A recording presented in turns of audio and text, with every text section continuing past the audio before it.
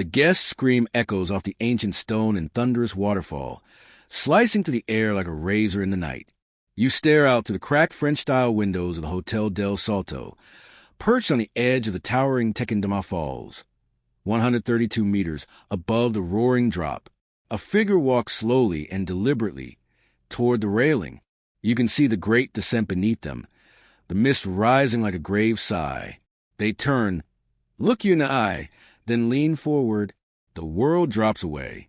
The crash of water, the silence that follows, the question, why here? You're left wondering, what pulled them to this cliff?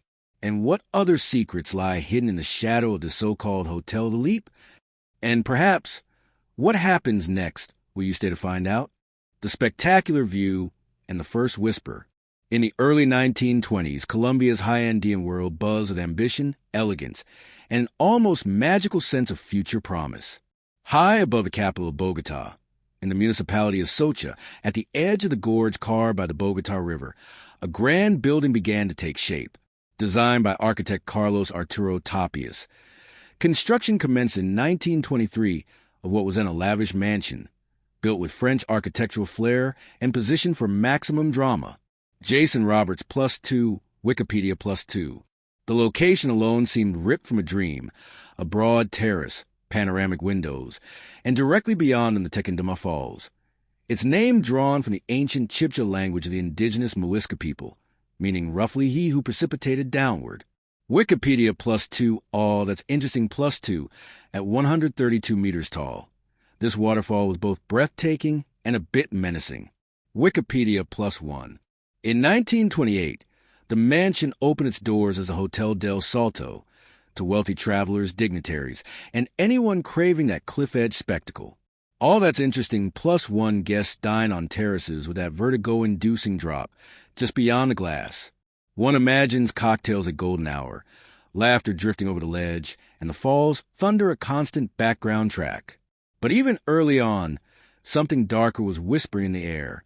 The very name Del Salto, of the leap, seemed oddly fitting beyond the aesthetic. The Muisca legend said this cliff had been a place of escape, of transformation. When the Spanish conquistadors advanced into their high Andean lands in the 1500s, some Muisca chose not to surrender. They leapt. According to myth, as they fell they became eagles and flew free. Jason Roberts +1. And so the cliff had a name and a story.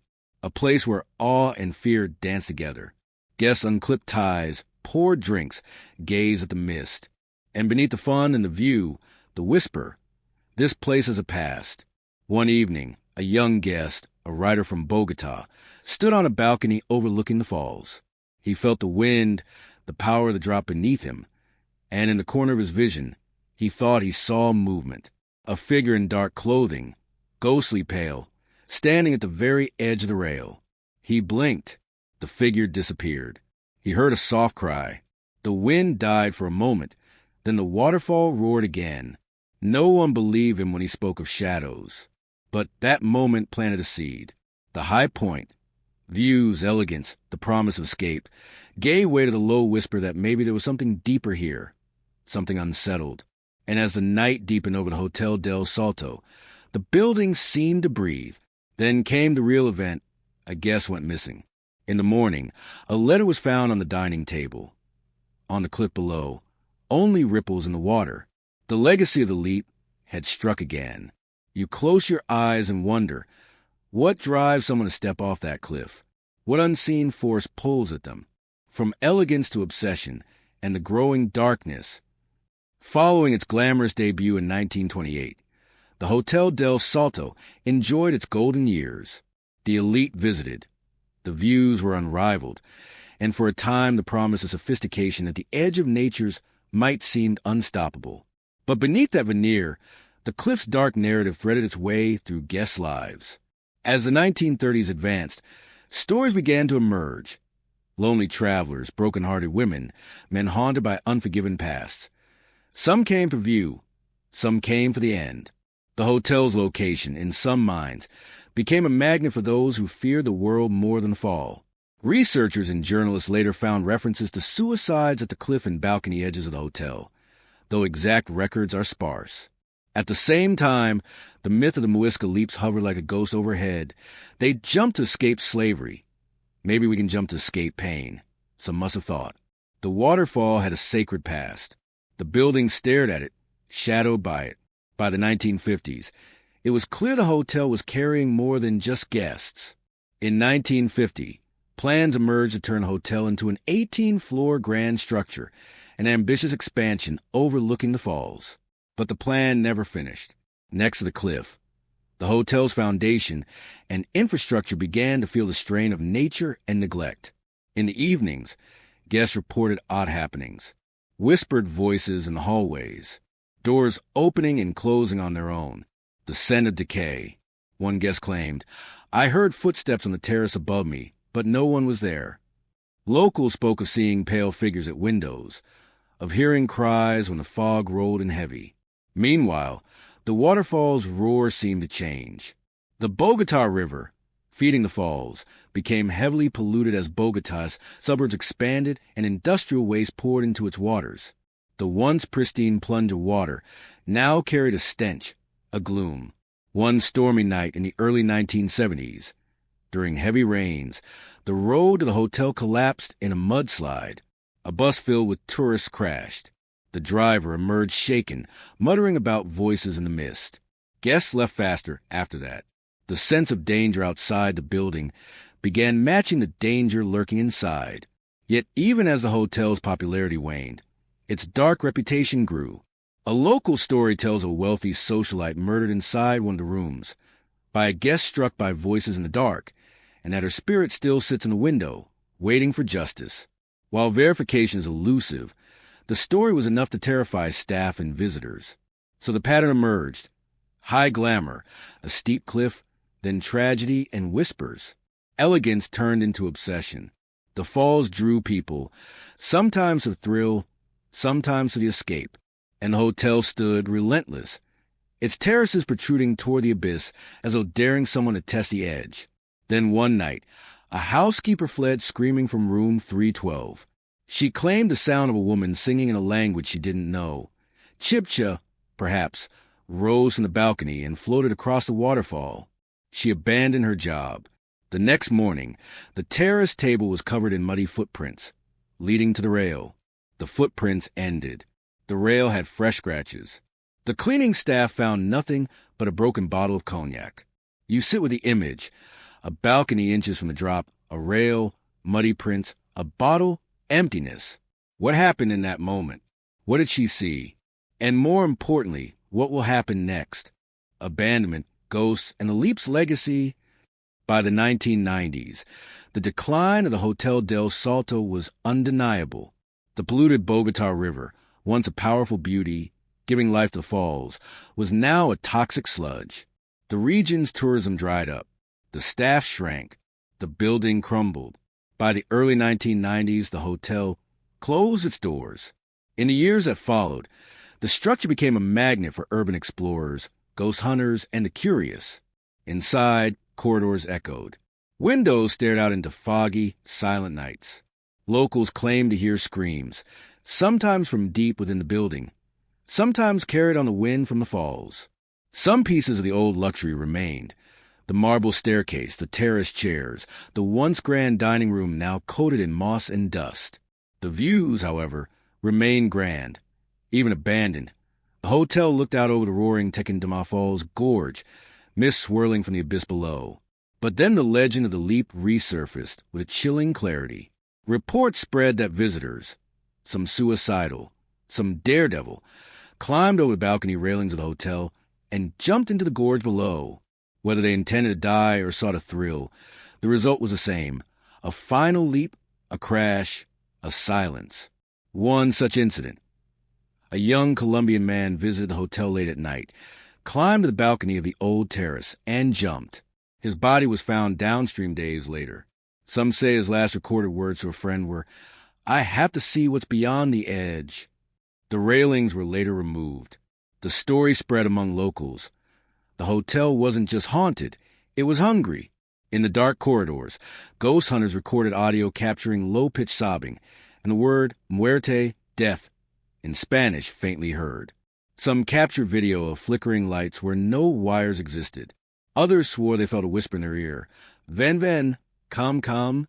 Residents in Socha at night reported lights in the windows when the building should have been completely dark. Yet even with all the tragedy, the building could not be ignored. In 2011, the Institute of Natural Sciences, National University of Colombia, and the Ecological Farm Foundation of Porvenir began restoration and conversion efforts. In 2013, the hotel reopened as a museum. The Tequendama Falls Museum of Biodiversity and Culture, Casa Museo Salto de Tequendama. Still, during public tours that end by 5 p.m., no official ghost walk is offered. Staff warn, tour after hours is not permitted. But locals say that once the museum closes, the building awakens. Fog creeps in, the cliff wind moans, and sometimes someone hears or sees a figure standing at the balcony, looking down. And so we're back at the edge. The hotel, the cliff, the history of the leap, the haunted rooms, the echoes of the Muisca legend, the modern tragedies. Tonight, imagine you're there. You're standing at the balcony of what once was Suite 12, overlooking the falls. The fog comes in heavy. A chill brushes your neck. You hear a voice. The rail beneath your hand feels cold. A shape moves at the periphery of your sight, and then a foot crosses the railing's edge. You watch. The figure leans forward, and for a moment, time stops. The whispering walls. Night falls faster at Tequendama than anywhere else in Colombia. By 6 p.m., the mist begins to roll thick, blanketing the cliffs like a moving sea.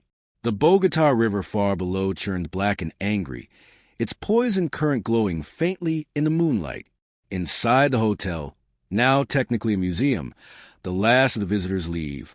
Their laughter fades, the metal gate slams shut, and silence returns. But silence here is never really silent. That's when the whispers begin. The security guard, Diego Moreno, has worked the night shift at the Hotel Del Salto for 3 years. He doesn't like to talk about it, but when pressed, he admits there are things he cannot explain. At night, he says, the walls talk. It's not words, it's like breathing. Sometimes behind me, sometimes inside the wall itself. Diego's story starts on a Thursday night, late 2017. Heavy rain hammered the glass, lightning flashing over the waterfall. He was walking the corridor near the old guest rooms, sweeping his flashlight across faded portraits of Colombia's early 20th century elite. Then he saw it. One of the doors, room 214, slightly open. That was strange. He'd locked every door. He pushed it open wider and felt a sudden blast of cold air, colder than any storm breeze. The curtains moved though the window was sealed shut. The smell of perfume, strong, floral, old, filled the air. Diego backed out slowly and closed the door. But the second he did, he heard a woman whisper right behind his ear, "Por qué saltaste? Why did you leap?" He spun around. Nothing. The hallway was empty. But Wei looked down. Muddy footprints trailed away from the door toward the balcony. By morning, the prints were gone. When Diego reported it to his supervisor, the man simply nodded. Room 214, he said quietly, that was a French woman back in 1935. The one who came alone and never checked out. From then on, Diego refused to walk that corridor alone. Yet, sometimes when fog rolls in thick, he swears he sees her silhouette near the railing, white dress fluttering, head turned toward the falls. The fall that changed everything. To understand the curse or blessing of Hotel Del Salto, you need to go back to 1935. That's when one of Colombia's biggest tragedies, and perhaps its most haunting love story, unfolded within those stone walls. Her name was Isabelle Duval, a French traveler and artist from Marseille. Newspaper archives from El Tiempo mention her visit that summer. She was fascinated by Colombia's landscapes and had written to a friend, "The waterfall sings like 1,000 souls. It is beautiful and terrible all at once." Witnesses said Isabelle stayed in the corner suite, overlooking the gorge. She would paint from sunrise until night, sketching the mist and the cliffs. Locals adored her kindness. Staff recalled she always tipped generously. But one evening, August 1935, she dined alone ordered red wine, and asked the waiter a strange question. If one were to fall here, would the river take you far? That was the last conversation anyone had with her. At dawn, her door was locked from the inside. The window was open. Her paintbrush lay snapped in two. On her easel, a half-finished painting of the Tequendama Falls. Except in her version, a shadowy figure stood midair, frozen above the mist. Police concluded it was a suicide. Locals said otherwise. They claimed she'd been called. The hotel tried to bury the story, but the guests never forgot. Rumors spread that on some nights, Isabelle's unfinished painting reappears in her old room, fresh and wet, as if the brush had just been lifted from a palette. Science meets the supernatural. Fast forward to 2012. As Colombia's government prepared to reopen the site as the Tequendama Falls Museum of Biodiversity, a team of restoration engineers began cleaning the decaying rooms. Among them was Dr. Laura Sierra, a biologist from Bogotá's National University. She was not a believer in ghosts. Until the night, she stayed late cataloging specimens for a new exhibit. Around 9 p.m., she heard footsteps upstairs. Thinking it was a security guard, she went to check. The entire upper floor was dark. As she reached the balcony, her phone flashlight flickered. Then out of the fog, she saw a figure, a man tall, wearing a dark 1930s style coat, standing at the far end of the terrace. He turned, as if noticing her, and began to walk closer. But as he moved, he seemed to fade, each step quieter, until he vanished completely. Laura ran downstairs, heart pounding, and reviewed the security footage. The camera facing the terrace showed her, standing alone, but in the lower right corner near the balcony rail, there was a thin column of mist shaped unmistakably like a person. Later, she found something even stranger, a wet footprint trail leading from the museum's entrance to the main stairwell, even though it hadn't rained in hours.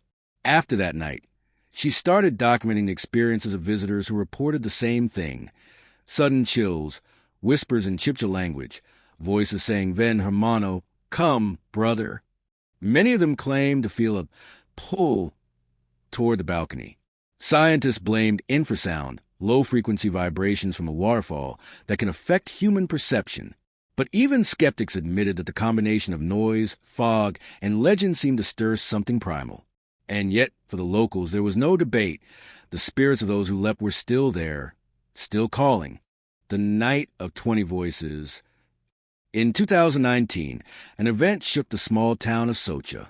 A local tour group arranged an after-hours paranormal investigation inside the museum.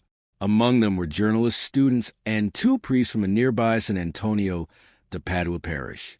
They set up equipment, infrared cameras, audio recorders, EMF sensors, in what used to be the dining hall. For the first hour, nothing. Then, precisely at 11:27 p.m., every device recorded a simultaneous spike in electromagnetic activity. And then, voices. The recordings captured faint overlapping murmurs. Men, women, children, all whispering in unison. When the audio was cleaned up by a Bogotá sound engineer, the words became clearer. Saltemos, why seguimos cayendo? We leapt, and we are still falling. Seconds later, the main light fixture exploded, showering glass over the group. Panic ensued. Everyone ran. One student, later interviewed by Semana magazine, said she saw silhouettes lining the upper balcony, like people waiting for their turn to jump. The priests refused to speak publicly about what they witnessed that night, but one of them, anonymously, told a reporter, "This place, it is not cursed. It is crying. The museum today." Today, the Tequendama Falls Museum opens its doors each morning at 9 a.m. Tourists pose for photos. The mist glows bright, and the roar of the waterfall still fills the air. Inside, exhibits talk about biodiversity, water cycles, and the importance of cleaning the Bogotá River. It's educational, inspiring, on the surface.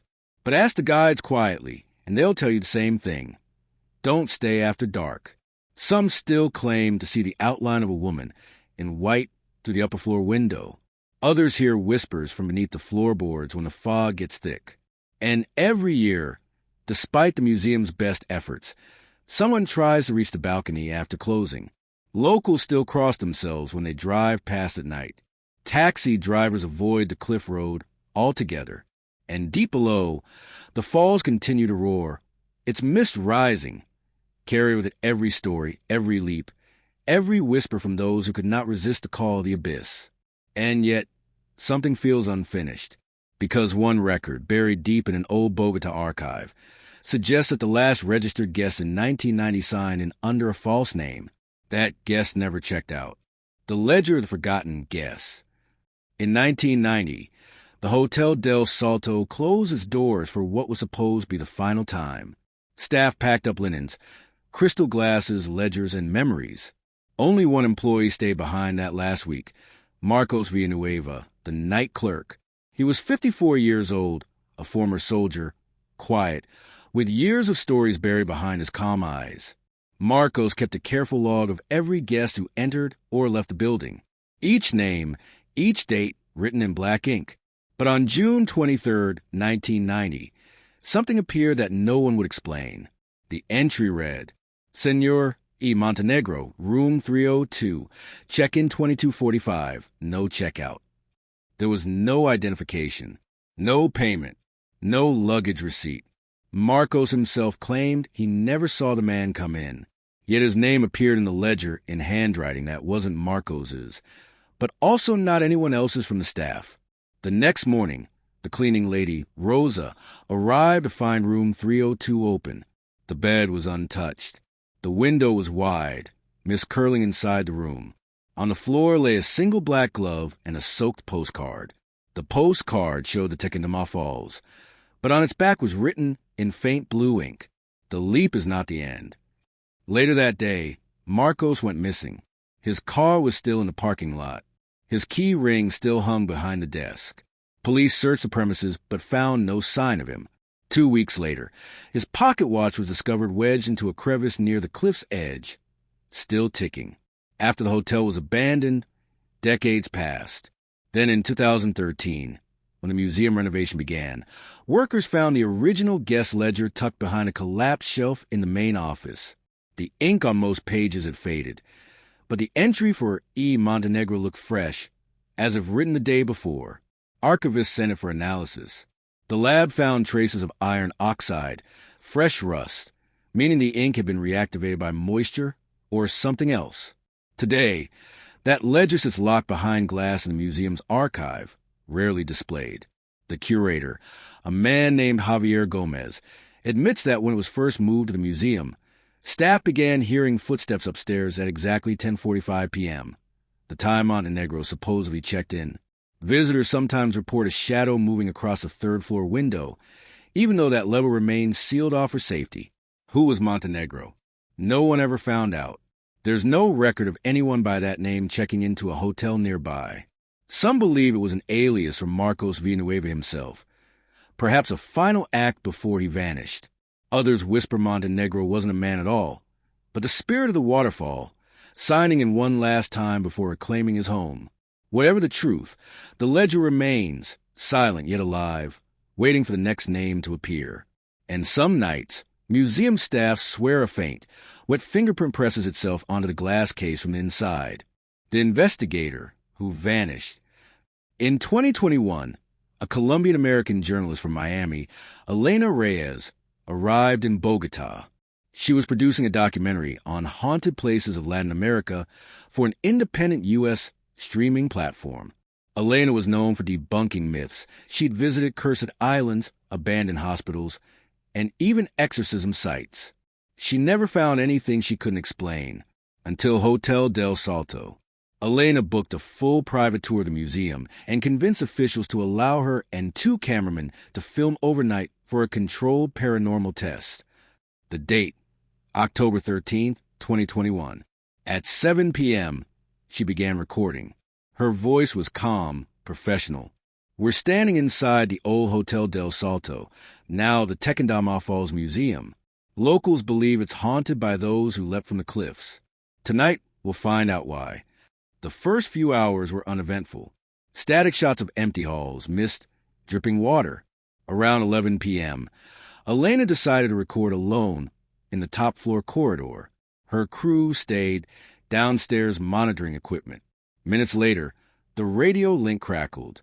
One cameraman heard Elena whisper something, but it wasn't in Spanish or English. Later, the audio analysis suggested it was Muisca, the ancient Muisca language, words translating roughly to, "The fall never ends." When they rushed upstairs, Elena was gone. Her camera lay near the window of room 302, the same one tied to Montenegro's name. The lens was shattered. The footage, though blurry, showed the outline of a woman's white dress just before the device hit the ground. Search teams combed the area for 2 weeks. No body was ever found. The last frame of her recording captured a single bright flash of light in the fog, shaped almost like wings. The streaming company never released the footage publicly, but insiders say that during editing, the video glitched repeatedly at 10:45 p.m., freezing on one frame. The guest ledger, open blank, before new lines slowly appeared on screen in handwriting eerily similar to Montenegro's. Erez, room 302, checked in. The leap beyond the mist. The museum stands restored, the facade glowing golden under the Andes sun. Tourists snap selfies. Guides tell the story with rehearsed smiles, keeping it light, scientific. But behind their practiced cheer lies an uneasy truth. More than 100 years after it was built, Hotel Del Salto still breathes. Every December, on the anniversary of its opening, locals report a strange phenomenon. At midnight, fog from the falls rises higher than ever, swallowing the building completely for exactly 13 minutes. When the fog clears, security cameras malfunction, recording only static. During one such event, an American visitor named Daniel Harper, a history professor traveling from Chicago, claimed he saw lights on the top floor. "It looked like a dinner party," he said later. Candles, music, people dressed from another time. He lifted his phone to take a picture, but when he looked at the screen, the camera app froze. Instead of the balcony, he saw dozens of faces staring back at him, gray, expressionless, floating in the mist. When he lowered the phone, they were gone. That image later vanished from his gallery, replaced by a black file labeled leapt.jpg. Forensics couldn't recover it. The museum dismissed it as a hoax, but Daniel insists he saw something real. They weren't angry, he said. They were waiting. And maybe that's the truth about the Hotel Del Salto. Maybe it's not cursed at all. Maybe at a threshold, a place where the living and the lost simply meet, drawn together by the endless voice of the waterfall. The Muisca believed the falls were sacred, that to leap wasn't to die, but to transform, to return to the sky, to become free. If that legend holds true, then the guests who stepped over that railing didn't fall into darkness. They rose into mist, leaving only echoes for us to hear. The echo that never ends. The Hotel Del Salto still stands on the cliff's edge, watching the centuries go by. Its walls hold laughter, grief, whispers, and prayers. Tourists see beauty. Locals see ghosts. But everyone feels it. The pull. Maybe it's gravity. Maybe it's memory. Or maybe it's something deeper, calling from a mist. If you ever visit Colombia and stand before Tequendama Falls, listen closely. You might hear the roar of water or the faint murmur of voices carried on the wind. And if you peer through the fog toward those tall arch windows, you may see someone standing there, just for a moment, before vanishing into the white. Was it Montenegro, Isabelle Duval, Elena Reyes, or someone new who couldn't resist the call of the leap? One thing's for sure, the Hotel Del Salto doesn't forget its guests. It simply waits for the next one to check in.